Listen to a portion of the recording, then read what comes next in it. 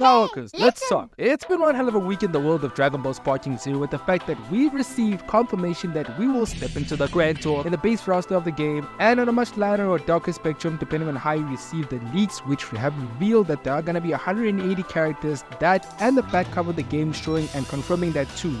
Now, this video is not discussing those leaks, but looking beyond all the things they confirm.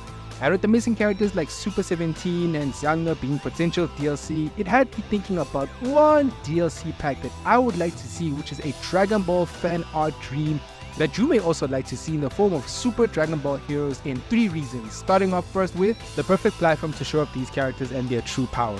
Now, when I started watching Dragon Ball Super, obviously I went in with the attitude that I'm expecting something that either equal to Z or even beyond Z in terms of like battle powers and what, area devastation, planetary devastation, and these galactic levels of power, right? And this was obvious. This was kind of achieved with the fight with Super Saiyan God Goku against Beerus, where their collisions were literally destroying, disintegrating planets, and would later on, if the fight had extended onward, destroy the entire universe. Now, immediately after, what happened was just a big disappointment in terms of the introduction of the Super Saiyan Blue. The fight in itself was just a huge flop in my own opinion, because if Super Saiyan Blue is a higher level than Super Saiyan God, I honestly feel that what was expressed in the fight was less than Super Saiyan God. Heck, it was even less than Super Saiyan, to be quite honest with you. There wasn't any, anything to show that Super Saiyan Blue and Golden Frieza were these incredible powers that were beyond whatever that was expressed on Namek.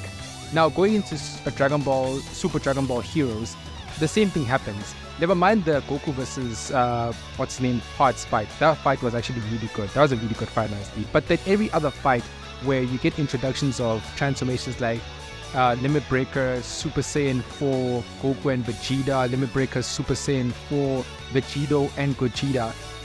These transformations look really good, and obviously you're expecting a lot of like, oh man, this is not just Super Saiyan 4 anymore, this is Super Saiyan 4 and Limit Breaker. This character is supposed to be doing a lot in terms of battle. But if you actually watch the episodes, you'd actually see that it's a bit underwhelming, honestly. Now, how this connects to Sparking Zero is that, I think I've said this in one of my previous videos, that Dragon Ball Sparking Zero is the perfect platform for transformations that didn't really, hit that hard in the anime to actually hit hard in this game. I mean, do a comparison right now. If you compare Super Saiyan Blue Goku in the anime to what he's doing in Dragon Ball Sparking Zero, for me personally, I honestly fucks with Super Saiyan Blue a lot more now after seeing all of his movesets and what he can actually do. I'm like, dude, this is the hype. This is the hype for Super Saiyan Blue that's supposed to be there in the anime, but it wasn't there. So I feel like Dragon Ball Sparking Zero is where a lot of transformations that just fell flat on their face will just generally do a lot better, because there's a lot of devastation and a lot of room to do a lot, especially just outside of custom battles. There's just a lot in terms of like expressing the true power of characters in Dragon Ball Sparking Zero that can actually be done. Number 2, aesthetically pleasing character designs. Now, Super Dragon Ball Heroes honestly reminds me of a time when I was a kid in maths class drawing hypothetical Super Saiyan transformations. Yeah, I probably failed math, but hey man, I still got a lot of good drawings out of it. A lot of a lot of Super Saiyan transformations I wish were real as a Dragon Ball fan, and I think anybody can relate to just drawing hypothetical Super Saiyan transformations like Super Saiyan 5 and Super Saiyan 100 and all these things that you can probably find on Google right now. These characters are just aesthetically pleasing. The Super Dragon Ball Hero Super Saiyans like Limit Breaker, Super Saiyan 4, and everything that I've mentioned in the previous point, all these new transformations for Goku and Vegeta, Gogeta and Vegito, and all the other characters just look aesthetically good. Heck, even Trunks got a Super Saiyan God, and that looks really good. That Trunks is the Z Energy Trunks. But let me not go off on a tangent.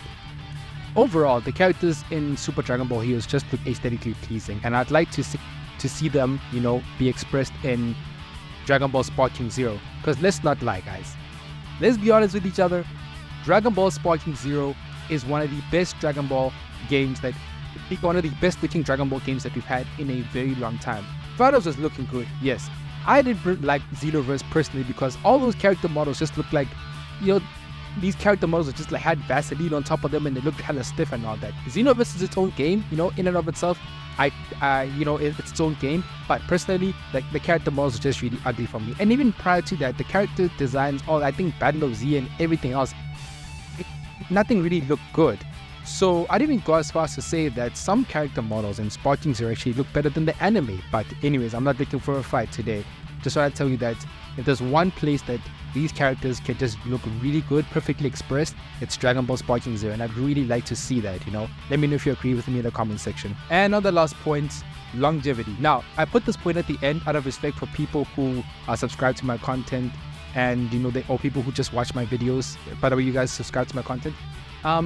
As much as I hate DLC, guys, as much as I hate DLC because it really feels like somebody's sucking dry, pause, it really does help in terms of how long a game can be supported.